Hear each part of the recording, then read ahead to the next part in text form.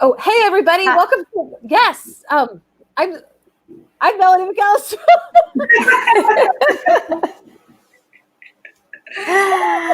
Oh my gosh! Thank you for joining. We're just staring at Ren. Yes, my dog has decided he wants to be an integral part of the conversation today, so I guess this is where he's gonna hang out.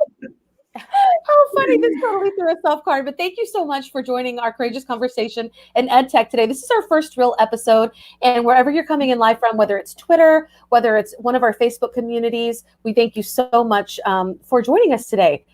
Victoria, how are you doing?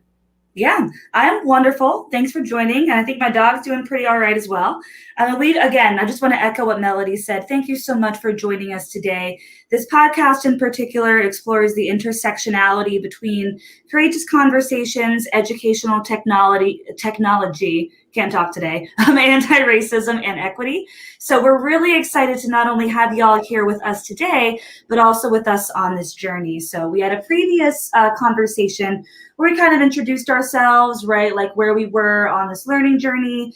And then today is going to be our first, where we are talking a little bit about just, having these intentions with our students and how to actually incorporate this into our curriculum and instructional practices. So really excited to be here with y'all today.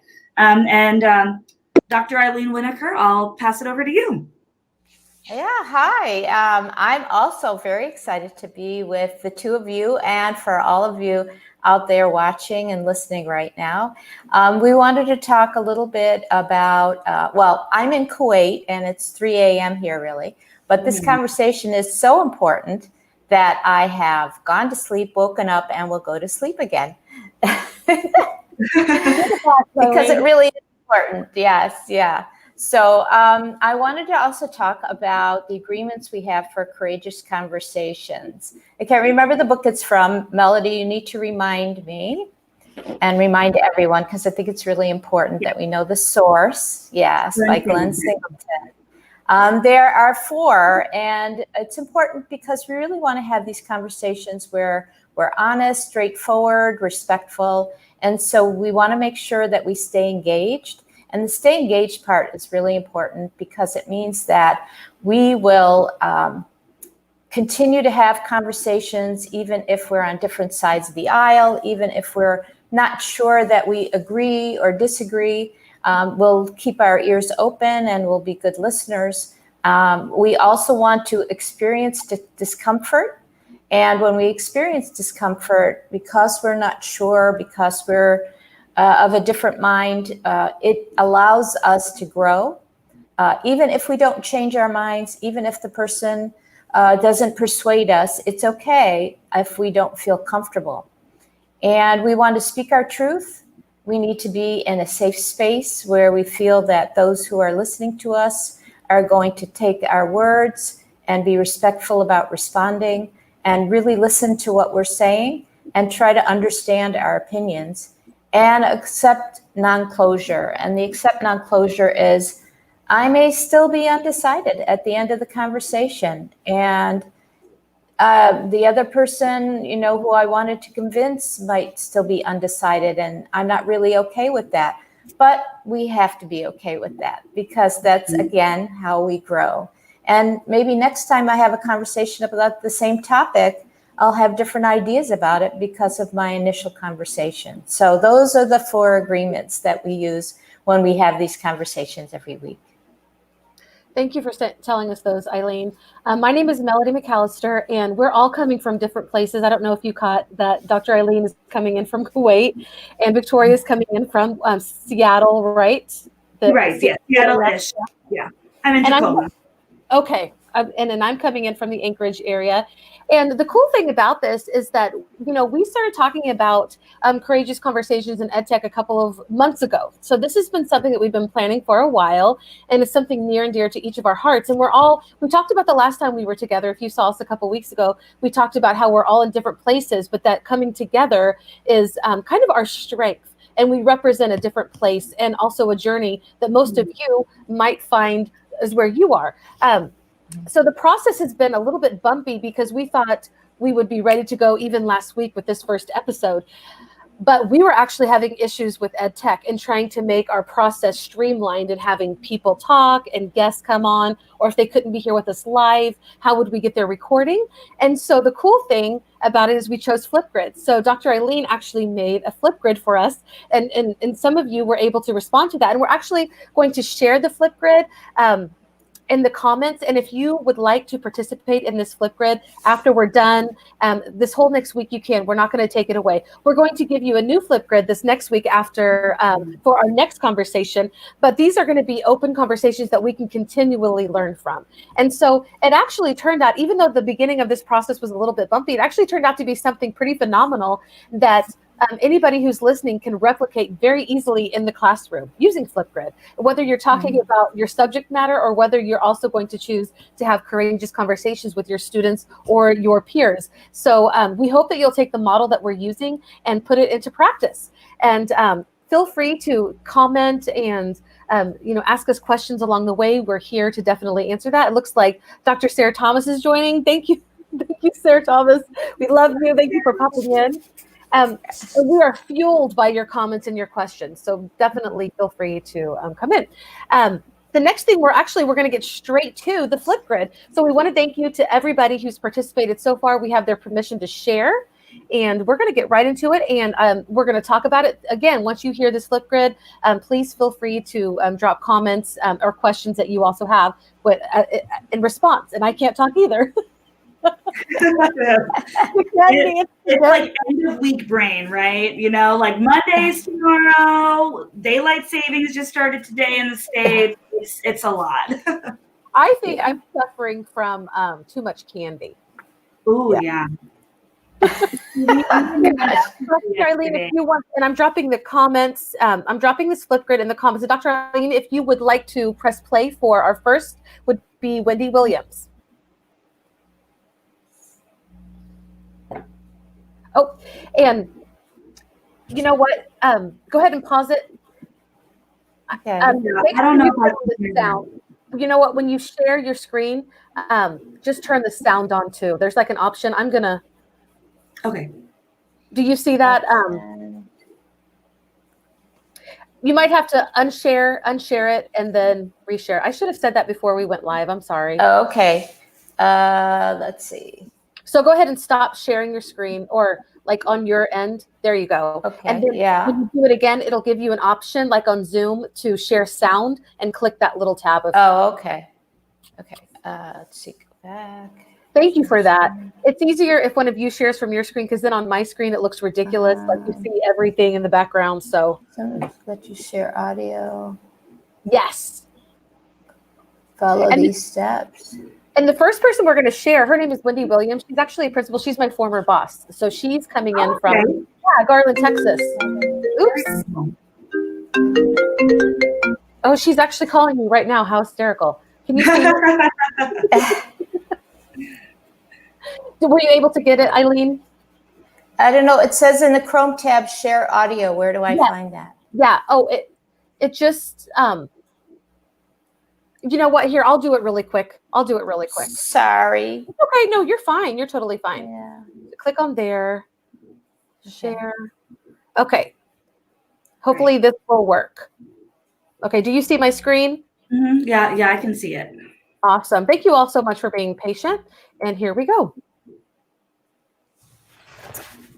Hey y'all. Can you hear it? The way I am intentional about instruction and technology and software just came to me one day when I realized that, we had so many options for our students at our district. We're very blessed in that regard that, it had to be scaled down because it wasn't intentional. It was like shooting a bow. It was like shooting in the woods with the lights off, and you're not going to hit the target. So in order to hit targets for kids, you have to know the student, their academic needs, and you have to know their interest level, like what they're interested in. Are they like, what are they good at? Know their strengths, know their weaknesses. And each one of our teachers on our campus, they create individual, I call them ITEPs, individual technology education plans. And so based on the data and based on the child's interests, the teacher recommends specific programs for that child. So every time that child goes to the computer lab, or ideally that they have access at home, they know exactly what to do, what to target, and it's based on their individual needs. And so it is imperative that we individualize those plans and individualize technology for students in order to have the biggest bang for your buck. And so teachers they didn't like creating them because they had to make them individual. And I did it through Google Forms, and they created this beautiful form. And so the kids had access to them all the time. Parents had access to them.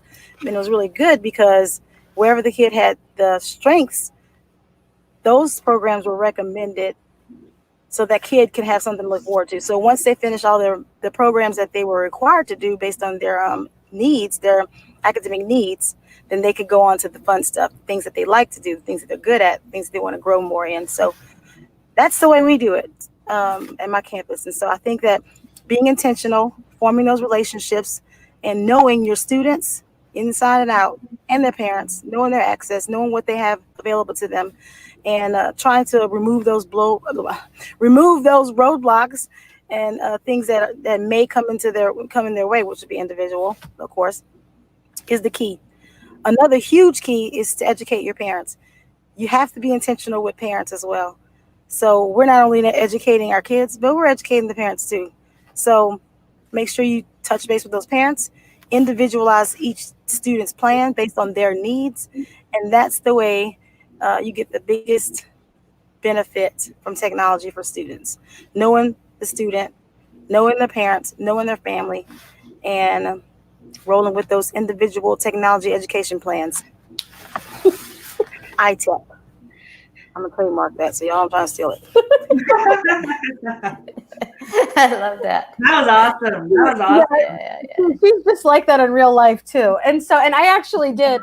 I was there when she would put her first ITEP in place. Okay. Oh, well, here she is. She says, yes. Hey, Wendy. Oh yeah, I will send. Do you guys? I'm going to send her a link so she can join us. Yeah. So I do that. What did you notice? So the first thing I noticed, because I was like taking notes as I was listening to her, I've never heard of an individual tech education plan before. This is the first time ever. And like, I'm an administrator myself. I don't think I've ever heard this term before. So that immediately just jumped out to me. I'm really interested, and hopefully like if she comes on, she can answer some questions just about like what that looks like on a student to student basis. Because I've got some students, especially now with that tech hurdle right now, because I'm in a district right now that's 100% virtual. A lot of teachers are rightfully concerned that, like, I work on a Surface. There are some kids that work on an iPad. There are some kids where maybe like they just have a phone, and sometimes they have district technology, but it's a bit hit or miss. So what might that plan look like device to device, and then also platform to platform, and then on a teacher level, right? What does that look like department-wide?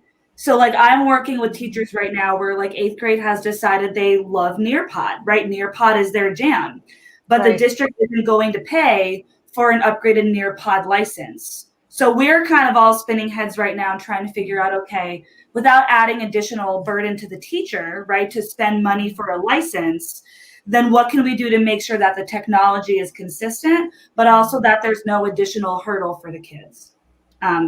That's a lot. I'm sorry, but I'm just thinking about there's so many layers. Like this is neat. This is neat. I like it a lot. Yeah, I know that's really important. Go ahead, Melody. No, go ahead, because I'm actually talking to Wendy on my phone. So go ahead, Dr. Eileen. Okay. Well, I also was really impressed with that whole idea of ITEP. I'm not in the coaching EdTech world right now, but it seemed very new to me in terms of really individualizing and personalizing instruction. I'm actually talking to Wendy on my phone, so go ahead, Dr. Eileen. Oh, wait.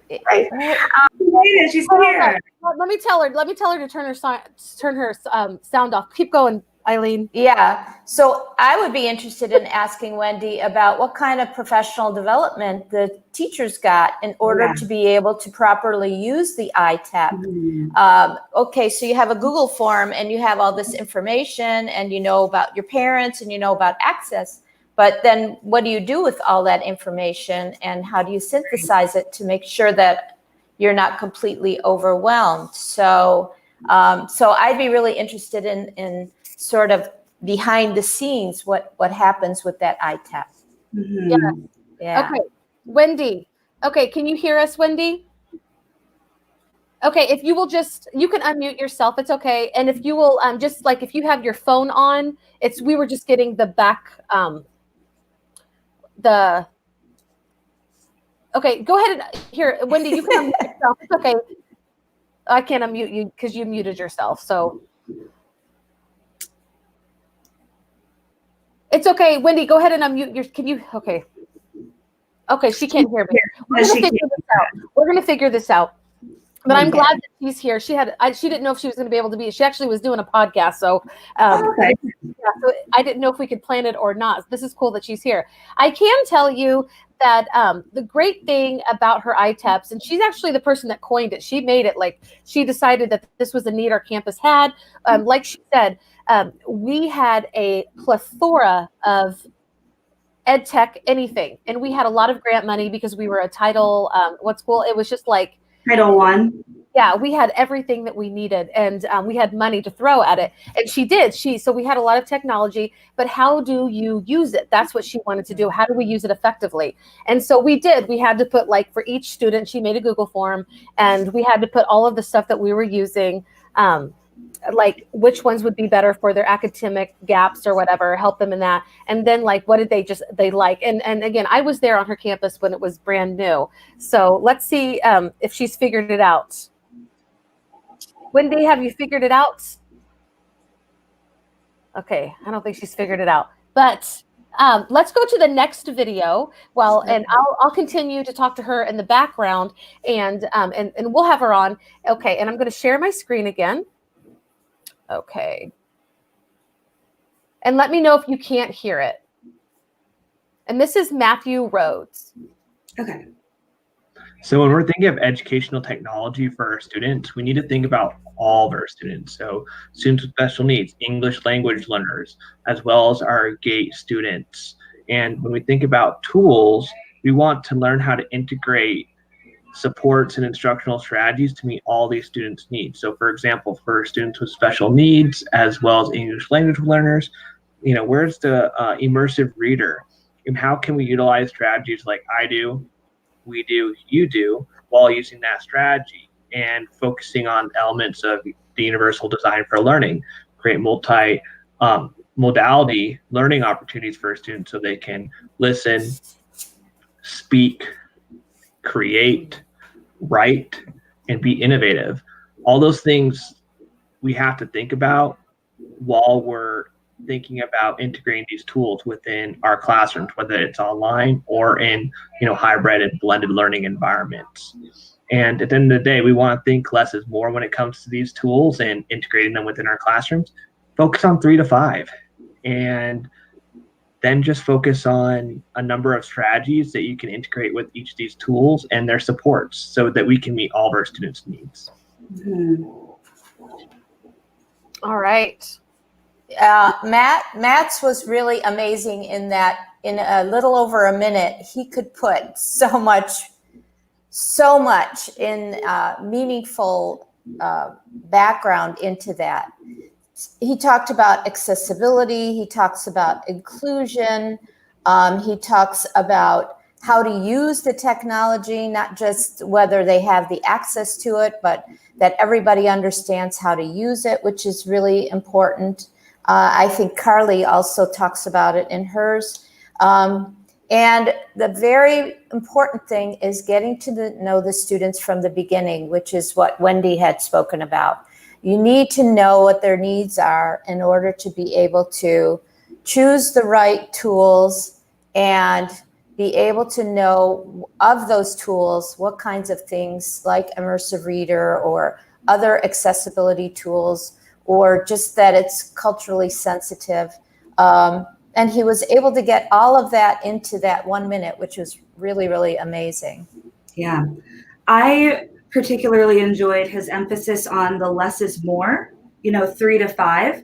So when I talk to teachers specifically, like my thing is I say like find your 5, right? Like what are your 5 platforms that you particularly use or that you want for your students or your department or whatever to use, right? And then from those 5, you can kind of springboard and see if the students like it, if they don't like it, can you modify, can you adjust? And less is definitely more because we don't, especially now, if you're in a district that is virtual or hybrid, it can be kind of chaotic, to have all of these platforms thrown at the kids because we're not in a model, especially if you're virtual or hybrid, where we're not physically there with students right now. We are distant.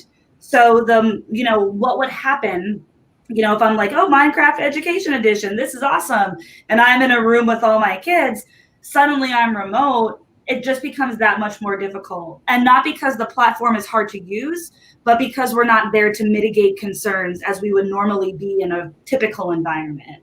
So I really appreciated that. And then I also liked, Eileen, you touched on this, but just thinking about all of our kids, like accessibility. I had this conversation with my wife yesterday. The Google apps, I tried to go to mail yesterday and I clicked on calendar. I don't know how that happened, but and for me as someone that doesn't have, a disability besides vision issues, that's a huge accessibility concern. And I was helping teachers, kind of coach through how to use the apps, right? And it's so difficult right now because the mail looks like the calendar, right? The calendar looks like the drive. Like it is a huge accessibility issue. So if we're thinking about making tech inclusive, we have to think about all of our students and not just what it looks like from us on the adult view, right? But what it also might look like to our kids that struggle with these kinds of things. Definitely. Yeah. And I took a lot of the same notes that you did, so I don't need to add anything. But now, Wendy, you're here. Can you hear us? I can hear you. Can you hear me? Yes. Okay. Hi. Welcome. From the tech who coins herself techie, I figured it out. Guess what it was, Melody? Because you kept saying your phone.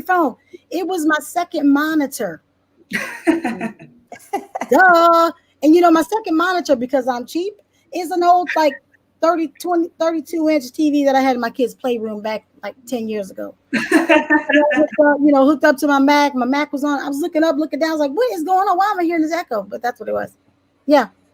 Well, I'm a dork. We're glad you're not a dork at all. You're brilliant. And we're so glad that you are able to join us because we loved iTech. Yeah, we loved your iTech. So tell us a little bit more about it. Do you have, are you you can show us? I know I was telling them I've actually used it, but I'm sure that you've even made it even better. How I do it. Y'all, it's so easy. I'm cheap again. Well, no, I'm frugal. Since I'm on a professional environment, I don't want to say cheap. So I'm very frugal, and as educators, we have limited funding and limited access to those resources. So we have to be resourceful. And so literally I taught myself most of Google. I taught myself because I learned by doing. I'm that kid in the class that goes ahead of the teacher and starts playing around with stuff before the directions are done. That's me. So I ended up using Google Forms, and I ended up paying for it. It was like $50 for a year to do unlimited form templates, and it spits out the forms. So I created, now there's a little thing on Google Forms where it makes the form for you, and you it does I literally, when I started this, I did my own forms from scratch. I had to put the delimiters on. I had to match the question with the form. Now it does everything for you. I'm like, these people have it made now. So create the form and then you make it pretty, kind of thing. Does that make sense? So the form is connected to your form. Your template is connected to your form. So when the teacher fills out the form spits out. It goes into a folder. It saves it automatically. Every time they create a new form, it gets saved as another name with the teacher's name, and you decide how you want it to be saved. I know I'm telling you a whole lot. It's probably, because it's kind of complicated, but not really complicated. If y'all see it, y'all know. But the thing is, what they based everything off of data-wise was where the kids were as far as their reading scores. So we started with reading, because you can't go by, okay, well, he's this, math is this. You can't do it that way. You have to have a baseline. And so because reading is foundational, if a kid can read, we know that's kind of the foundation of everything. So we use their reading scores and their language levels. So, for example, you'd have your bilingual kids. Well, the bilingual kids, they were required to go on Imagine Learning for 90 minutes a week. Let's just say they had to do 90 minutes a week. Well, that kid needs 90 minutes a week. Well, the other kid that's right sitting in the same classroom, he may be a student that is an advanced student that only needs 30 minutes a week. So the teacher would recommend 30 minutes of I Imagine Learning English for that student.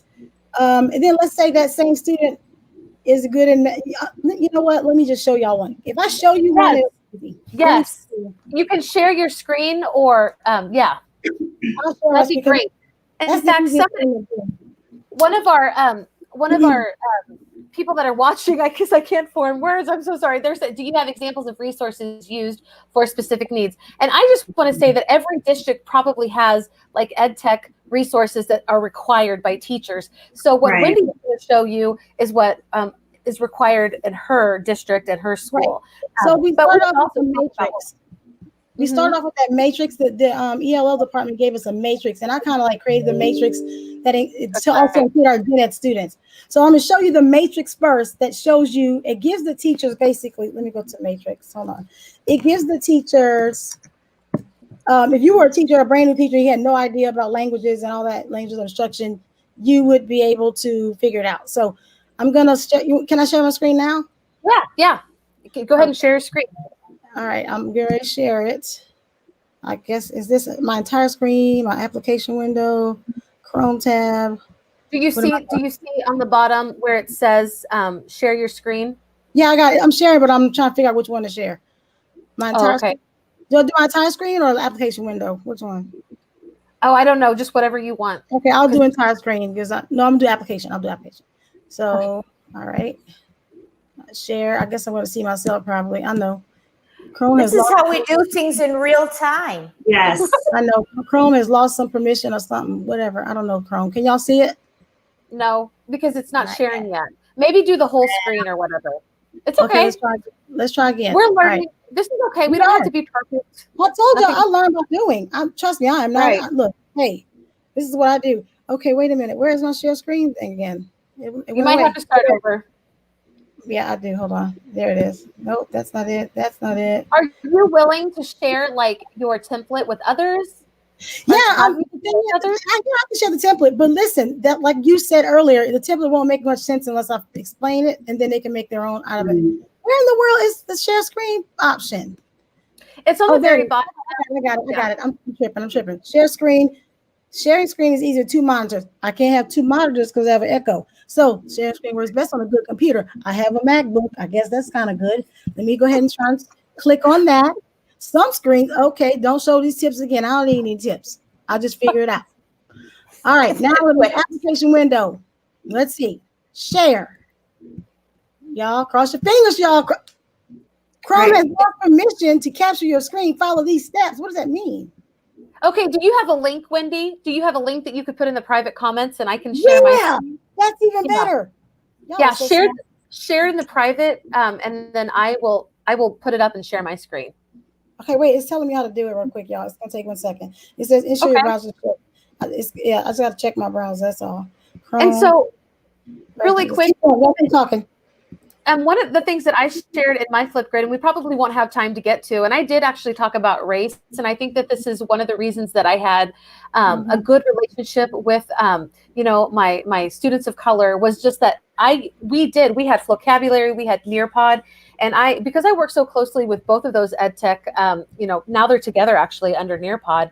I know that they really value people of color, and that is part of their mission, and so it's funny because the last year that I taught 5th grade, and I was actually working for Wendy, I asked my students of color, I was like, what can I do to be a better teacher for students who probably, feel just like you do? And one of the young ladies said that it was the first time, I was teaching 5th grade, and she said it was the first time she ever felt like she fit in, that she was just like everybody else in that regard, and that her talents were put on for everyone to see, like she was using her talents. And I thought that really went back to the fact that vocabulary, which I used all the time because it's song, I sing a lot, so it was really natural for me to use. But my students saw people just like them. Like it wasn't just this, this white story after white story after white story. Right. They saw, people of color, and they were able also that we used the talents that each of them had, and it was very successful. So we probably won't get to that Flipgrid response, but I did want to say that. Yeah. Wendy, how's it going? I have a link. Okay, great. Okay, great. There you go. And so yeah, because I'm like totally unprepared.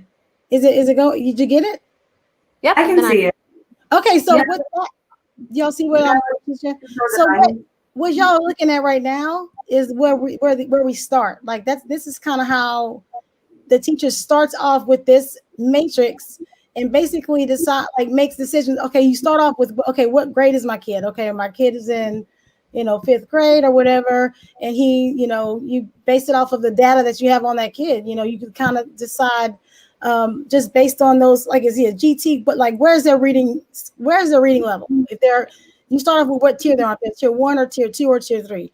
Then you talk about like their bilingual participation, like, what kind of programs are they participating? So if you see the oranges are the orange headings are for gen ed kids, and some of them are second language learners, and the blue headings are those kids that are in bilingual programs. But do you see how complicated our bilingual programming is?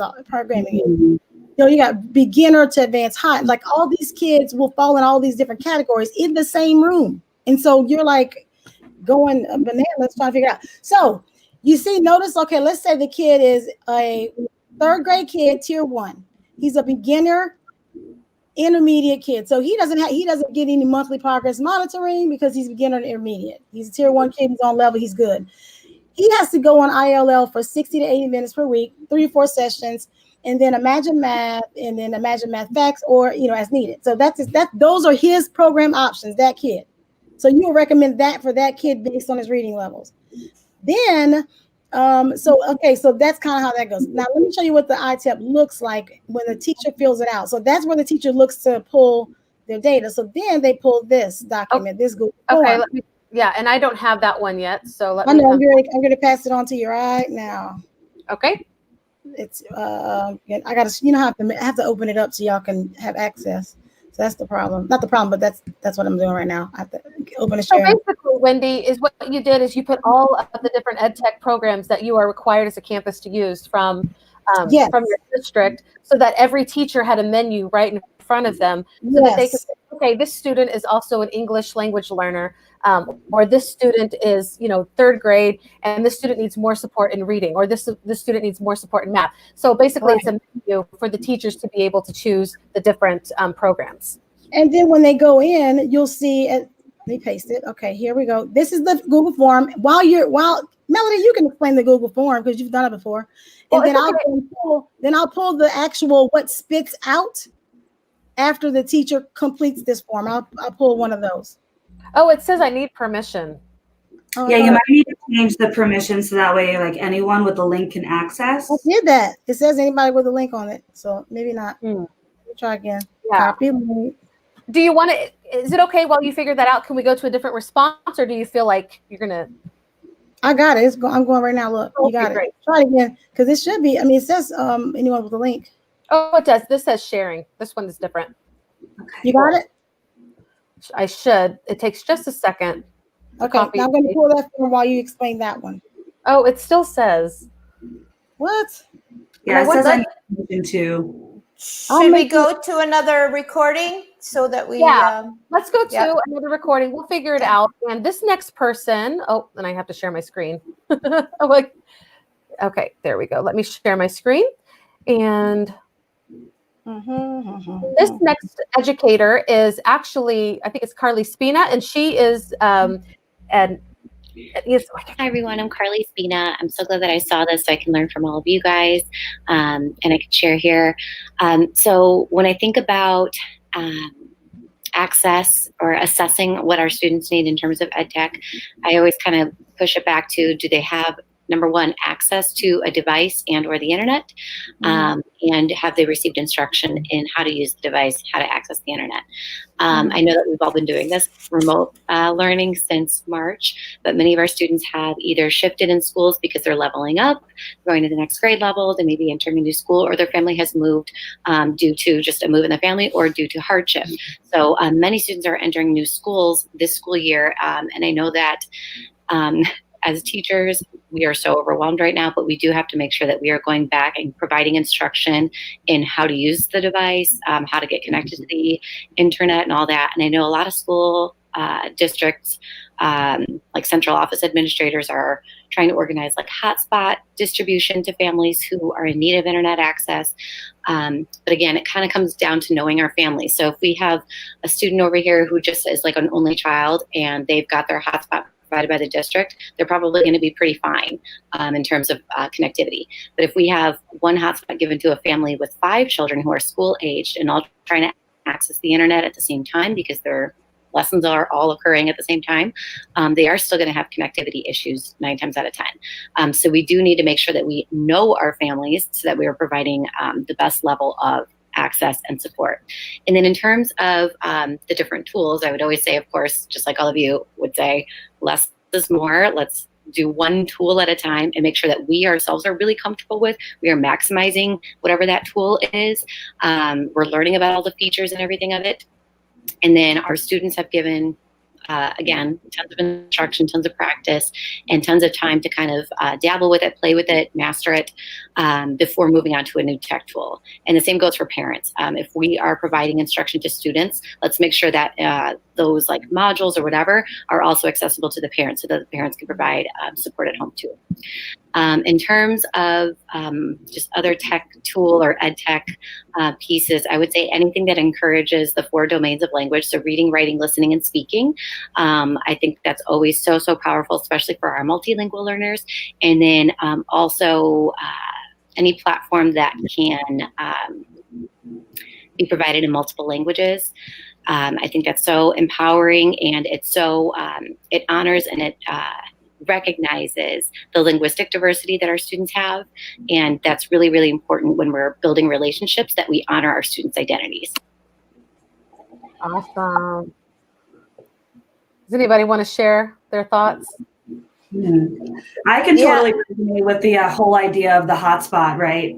And just the tech hurdles and making sure that kids have devices that are not only accessible, but work. Like that is definitely a challenge, even if you're in a face-to-face environment. When you're in a virtual learning environment, that entirely complicates. And then I really like what she mentioned about bandwidth, because I don't think that gets mentioned enough, specifically with the internet. If there are 5 kids using 5 different devices, but there's one hotspot, there's going to be lag, there's going to be complications. And as educators, we have to be patient. It's not ideal by any means, but it's kind of what's going on right now. And we have to be aware of that, right? So if a kid has to turn in an assignment automatically, is it because they straight up didn't do it? Or maybe was it because the internet was out? Right? Like I'm on the West Coast. There's fires everywhere right now. Our first day of school actually got canceled, and it was virtual school, by the way. So first day of school got canceled because of wildfires, right? And then the subsequent days were spent mitigating tech issues while we were kind of trying to do, first week of school stuff. So that's definitely really heavy on my mind even now. Because I feel like, like folks are always like, well, Victoria, it's November now. Is it really that difficult? And I'm like, yes, it is. Because we still have kids that haven't signed on because of this, right? We still have kids that haven't turned in a single assignment because of this. And then as educators, our job isn't to say what's wrong with you. Our job is to say, how can we help you? Absolutely. And let me tell you, this is what kills me. Not kills me, but this is what makes my staff and a lot of staffs, I think they're all superheroes. My teachers will literally, because of what you just said, will pick up the phone and will get oral responses. I mean, they've done things like like way well beyond what, the scope of what you would expect them to do, because they're just, they want their kids to be successful. And so I think that when you have the attitude and the mindset of by any means necessary, not to quote Malcolm X, but I'm quoting Malcolm X. When you have the by any means necessary, risk-free attitude, you do things like that. And when you have a great relationship with the parents, you definitely do things like that, because it starts with relationships. We already know that. So if you don't have a relationship or you're not comfortable calling the parent at 9 o'clock at night, because they'll call them at 9 o'clock at night or whenever, because we know that everybody doesn't have the same kind of, daily schedule, especially in a pandemic. But you're exactly right. And so when you were speaking about the access, I was really feeling very blessed at that time because our district literally gives each and every kid in each household a hotspot. So they all have individual hotspots. Wow. And we have so many devices at our campus now because of the pandemic. We had to like give all our devices away because Melody knows we had tons of devices. And we were one of the only elementary schools that was like 1-to-1, like grades 3 through 5 already, had tons in the lower grades. Well, Melody, they bought the whole district, right? They want them all to be 1-to-1, 3 to 5. So they gave us a double set. So guess what? Every kid in our building, probably second grade and up, will have a Chromebook at home and a Chromebook at school so that they don't have to carry them back and forth. That is so cool. That's like really it's ridiculous. Cool. Like it's Wow. ridiculous. I kind of feel guilty about it. Like, can we give these to some kids that don't have them in other districts? I mean, really, they have two and so the lower grade kiddos, they have to learn on devices. They have both devices. They have to learn on both devices because they're like, y'all know that's the YouTube generation. Our kids that are grades second below, they're like, I'm talking to kids like, how does it feel learning online? Is it different? They're like, no, not really. They learn everything on YouTube. So like, hey, they're like sliding right on into this puppy. It's the adults that are uncomfortable. The kids are great, especially our lower grade kids, because they are the YouTube generation. They learn everything on YouTube. And so I didn't mean to cut you off and cut you off, but when you were talking about that, I was just like, oh, and when she was talking about access, I was just like thinking, we are so blessed. But again, if you're not willing to make those really weird risk-taking type of decisions and call and get things over the phone, be creative. I tell them, get the responses, get it however you can get it. I mean, Right. FaceTime the kid. I mean, we did, it was such a learning curve for our parents, y'all. Our teachers were spending so much time teaching the parents that we literally had a help desk. We had a campus help desk. So we had to funnel all the calls to our 2 instructional coaches just to handle parents. That's how crazy it was. So I recommend y'all do that too. If y'all have the resources to do that, have like 2 or 3 other extra staff, even if they're parents. I mean, sometimes it's something simple that, they don't know how to, and it eats up a lot of the time that teachers need to be spending on instruction and with the kids. And so you have people that can, be the help desk. They send a little Google form. The parents fill out phone, and we call them back and we're like, hey, we got your phone number, we got your, your problem. How can I help? So we had to set up a help desk at our campus. So Right. Yeah. that's another creative thing you can steal away. But Wendy, that goes such a long way in establishing those trusting relationships with the families, with the students, that I'm here for you.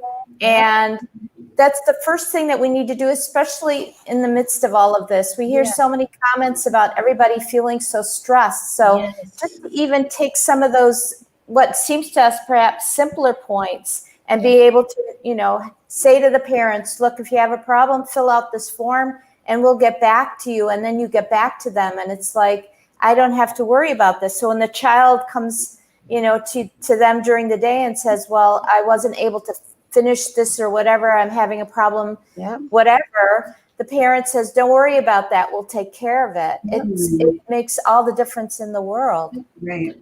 And we're not going to be able to get to the last couple of Flipgrids, but I want to say that Jillian Dubois, she was the first person to share in our Flipgrid, and she actually talks about how her parent participation from like trying to form those relationships and understand like what her students' needs were before they even came into the class. It was 100% when she started using Google Forms from the regular pen and paper.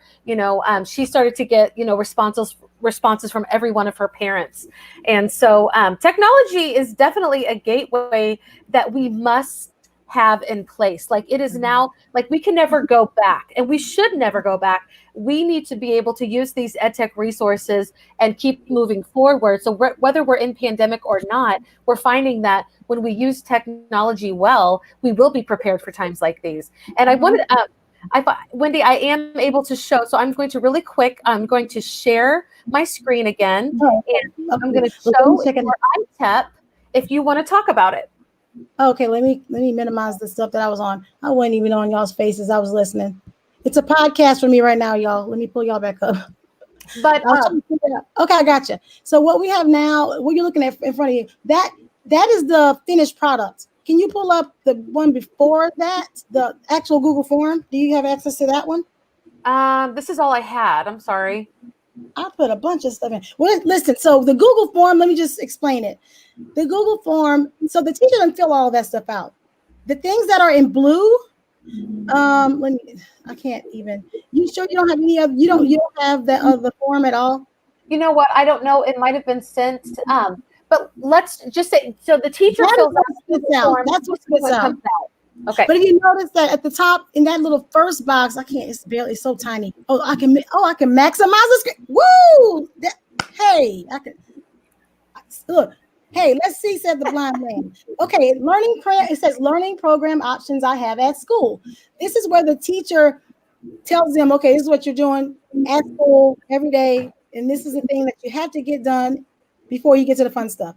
So you have Imagine Learning. This kid has 1 to 2 sessions weekly. This kid has to do Education Galaxy reading, iStation Espanol, and Math Facts. So I think that teacher went a little overboard. But anyway, the programs that they have access to at home, all those programs listed, you guys, are the programs that our school district has or our campus has, and they have home access to those programs.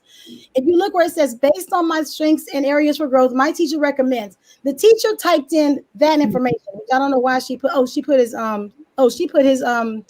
his password and stuff there. Y'all need to block that out. Anyway, Actually, I just realized I thought it was a generic form. I'm going to stop sharing. No, it's fine. But they recommend what he should do. Hey, I was just trying to grab stuff. I'm like, but she recommends specific programs for him. And then if you notice, the QR codes were there. And then I shared another form where the kindergarten teachers made one that was more like kid friendly. Theirs had like icons, and the kids would actually own their own learning. So they would grab their iTab. It's like, go get your iTab. They would get their iTab, and they knew, like, if they had 4 sessions of Imagine Learning, they had the Imagine Learning icon and 4 little boxes. So the kid would go get it, and they would mark off the box when they got on there. So they know they were keeping track of their own sessions and owning their learning. So they knew by the end of the week, okay, hey, I did all of my, Imagine Learning. Can I get on, Imagine Learning? Can I get on ST Math or whatever fun thing they like to do? But the beauty of it is the teachers are not going into any lab or in any situation and just saying, get on math class or get on Imagine Learning or get on this, and having the kids go, or they don't have to keep up with it. They don't have to really, they'll have access to each person's program. Each person's but they don't have to necessarily know all the time what every kid needs. They know themselves. They have it themselves. They own it. The parents own it. The parents were the ones that requested a copy. Hey, can I have a copy for home? So we sent one home to the parents. And then, we haven't, the funny thing about it, y'all, I haven't even sent them the iTips this year. It's been so crazy. We're half face-to-face, half in person, that we're not going to even start our iTips until January, because so much of it, they have such a learning curve with dealing with Canvas, so many things. I had to pump my brakes, even though my whole staff knows how to do it, except for 3 or 4 people. I still, and I want them to be meaningful. And so with all the things coming at them now, I may have to sit down with my academic leadership team and talk about how we can make the forum even better, and how we can include some things that maybe parents we may have to add some things. We have to tweak it. We're in a different environment, different situation. So we'll have to tweak those forms and make them more relevant and current. But it was easy. I tried to make it simple. So all they did was click, click, click. All they typed was whatever they recommended. Everything was already pre-populated. I tried to make it easy, so they wouldn't be like, I got to make this. They could, in all honesty, they could have a blank page and write it, but I'm kind of glad it's digital, because now everything's digital. Because if they'd have done it by hand, they'd have to scan them and all that stuff. So it just makes it super easy. And to search for a kid's plan, all you do is type their name in, and all their plans that the teachers ever created for that kid comes up. But anyway, I just called it that because it's individual. I stole the I from the Apple people. Apple, I'm sorry, stole the I from y'all. So it's iTip from, I have a question, because I've noticed that this is for elementary school, right? So, and most of my experience has been in middle, high school, and post-secondary environments where, not to knock elementary school teachers, because my bachelor's is in elementary education, but time's kind of loosey-goosey, right? You might have more time centered around this kind of stuff. Secondary is very boom, boom, boom, boom, boom, right? There's less time for stuff like this. Absolutely. And I'm thinking about, if we're intentionally understanding the needs of our students, this fits the bill But I'm wondering, have you had experience doing this with secondary? And if so, what might that look like, right? So if we're thinking like middle and high school, because like I might not see all my kids every day, right? If they're on a block schedule, you know, maybe the plan might look different, teacher to teacher, department to department. So just what might that kind of look like in a different space? I envision. I was already thinking about it while you were talking. I was already forming the plan. Okay, so what I would see happening would be the same concept. You'd have the individual technology plan. I would probably have it.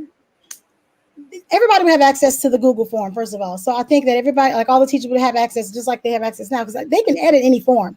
Like any teacher can go in and edit anybody's ITEP.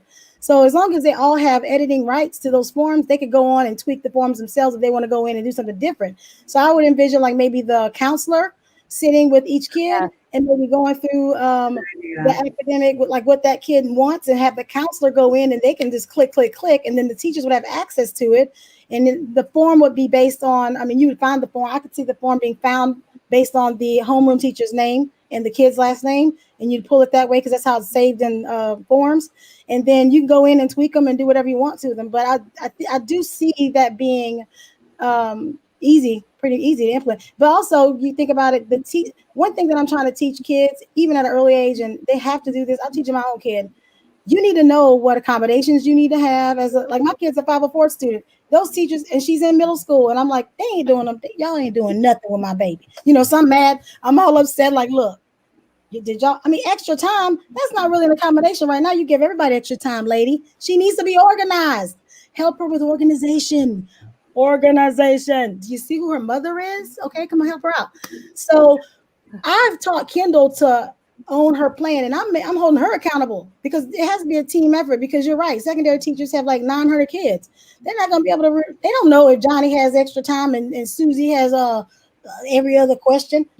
Susie needs to know what Susie's supposed to get, and Johnny does. They're old enough. So it's the same concept with individual technology plans. They need to know, hey, I know that, I'm trying to get into Harvard. This is my plan, and this is how I plan to get there. And these are the programs that I'm going to, you could even, the good thing about it is you can put Khan Academy on there. You can choose, there's so many free resources that you can include on that ITEP that may not be school district driven. Like I have teachers, a lot of teachers recommend programs that, for the fun stuff, they want to go on Khan Academy, or they might want to do, we have a ton. I hate to be like that. I'm not trying to, make everybody feel bad out there that doesn't have a ton of stuff, but we have a ton of stuff in Garland. But we also have a ton of free things that are accessible to everybody in the United States. Khan Academy is amazing. Use what data you have, plug it into Khan Academy. That is a whole program in itself. You can have a whole ITEP with just Khan Academy. I like that. Yeah, and I'm sorry to interrupt. We're actually getting way past our time, and I want to respect everybody. I'm a talker, you guys. I want to say thank you to Coach Jeffrey, who's been sending in comments, especially about the importance of being self-directed. And I want to put up this Flipgrid. I dropped it in the comments, and I hope that anybody out there who is definitely involved with the secondary, if you have a vision for how you are able to maybe use what Wendy is doing, her ITEP, or how you could organize this, or what you just do, period, for your secondary students, please, this Flipgrid is going to be open. And y'all, I want to totally respect your time. Is there anything before we go that you want to say about, the intentionality of how we use EdTech? I think we hit on all of the major points, but I would love to hear feedback from those of you who are watching, or if you watch the recording. If there is a recording, I don't know. And just to get your reactions. So I've left the Flipgrid open forever. And so it would be great to have feedback. And I think perhaps maybe we could kick it off next week with just playing Jill's, because she had also some really interesting insights. And, we'll still be talking about vetting resources and things like that. I know that you'll remind us about that, Melody. So yeah, I thought it was a great conversation. To actually see a hands-on approach from Wendy's district was really, really interesting. Yeah. I have a question. You know, guys, I hijacked y'all's live like late since I hijacked it at the end. One thing that I don't know if you guys hit on was the importance of inclusivity in culture and how that is infused also. Did y'all touch on that at all? Well, go ahead, Victoria. Do you want to answer that? Yeah, so this is kind of like continuing conversation. So we did a bit just with inclusivity and accessibility in tech. And I know, like, for me specifically, I brought up how all the Google apps look basically the same right now, and it's like driving me nuts and also driving quite a few folks nuts. And just how even on a basic baseline level, that's confusing for even adults. I can only imagine how it can be for students. We're going to touch on that a little bit next week some more, and then also the following week, because it's something that, of course, can be infused in every single conversation. Yes. I know. It should be infused in every conversation. Correct. Yes. This is not like an either or, but a both and. Was it Candy? Was that her name? Candy was the blonde woman that came on, or was it Mandy? Carly. Got it, yes. I know that Carly was so cute, y'all. She was so adorable. She was precious. I love. She made me start feeling bad about the fact that, you know, like the whole the connectivity and stuff. Like, I don't even have to worry about that. And if our teachers had to worry, I'm like, so I feel like I need to like start thinking like I have no resources, because I'm a creative person and I think outside the box. And I know I may be able to come up with some really good ideas. Maybe they may not be practical, but I want to be able to come up with some really great, innovative ideas to help kids without access have access, you know? Right. And Carly had a lot of really great ideas about that. I mean, I feel like she really hit the nail on the head when it came to inclusivity and just how, like, you know, like, I'm even thinking of myself. Like, I have Wi-Fi, I have a home office, but I also live in a house where it's just me, my partner, and my dog, right? Like, I don't have 5 kids. I don't live in a small space. So if you have like maybe one device per household, one hotspot, that's an inclusivity issue. That's also an accessibility issue. And we have to be aware of this as educators. So Yes. when I heard that from her, I was like, whoa, she's speaking straight to me. Because secondary. I'm sorry. Yeah, like I'm in a Title I environment and I'm an instructional coach. And I feel like every time that I meet with teachers, we're brainstorming on ways like, okay, well, Jimmy couldn't join class because his internet was down. How do we make sure that he's okay during asynchronous time, right? So, like, perfect. I'm really excited to continue the conversation. How do y'all, this is a good question for you, secondary. I'm so sorry, I know y'all are over. I'm sorry. Secondary, this is where we're struggling in elementary with giving kids piling it on, like the whole inclusivity piece. Dude, why are you talking about homework? Why are we talking about homework, Melody? They've been doing work all day, 7 hours. If you can get them doing 7 hours, they're at home doing. If you're gonna give them homework at home, I am like for all of you people in the viewing audience, homework. I love it. Right, if you can't get it done in 30 hours, 25 hours, you have them all day. They need family time. They want to see their mom and dad. They want to play with their brothers and sisters. They want to actually do something outside of deal with you all day, like they've been with you all day. So my thing is, I'm anti-homework, but so the problem is what happens is teachers, even with elementary, they'll all give homework and the kids got like 900 things to do. What kind of strategies? I mean, y'all just have like meetings all the time, or y'all just say no? I feel like you just say no homework. No homework. Yep. So Sarah agrees also. Yeah, I agree. And I think that's a natural segue into what we're going to talk about next week. And we will be dropping that Flipgrid tomorrow. So please look for it. Sorry, Melody. You're fine. You don't have to be sorry. Yeah. Okay. The importance of vetting resources, your positive, exactly what Wendy was saying, your positive intent versus the unintended consequences. And please, I dropped the Flipgrid in the comments. Please go back. There's a few other responses that are great to listen to, and we'll continue it on. It's not going to close down. We thank you so much for joining us. Thank you wherever you are. So much fun, Melody. Hey, listen, you got to tell your people, I had my camera on black and white because I thought it was going to camouflage my gray hair, and it didn't work. So, so I said, you know what? Whatever. I'm just going to have to embrace it. But Melody, thank you for inviting me on. Who's the cutie? What's your name with the glasses, girl? You so cute. I don't know everybody's names. That just made my day. I'm Victoria. Who's that sweet lady who's that sweet lady with the look like Princess Leia? Yeah. Oh, yes. Yes. I'm Kuwait. It's 4 a.m. and I'm in Kuwait. Yes. You're I'm Eileen. Oh, girl, I'm so sorry. Go to bed, girl. No, this is important stuff.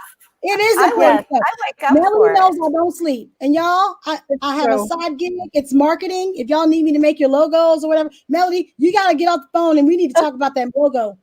I'm making her, she doesn't have a logo yet. I'm like, dude, you need a logo. You need to have a brand. What's up? You know, like you about to be like famous, like Maury Povich and stuff. Okay. Anyway, thank you for joining us. That was great. Up to our.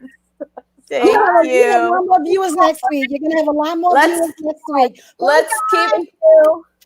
Thank you. Let's keep the conversation going.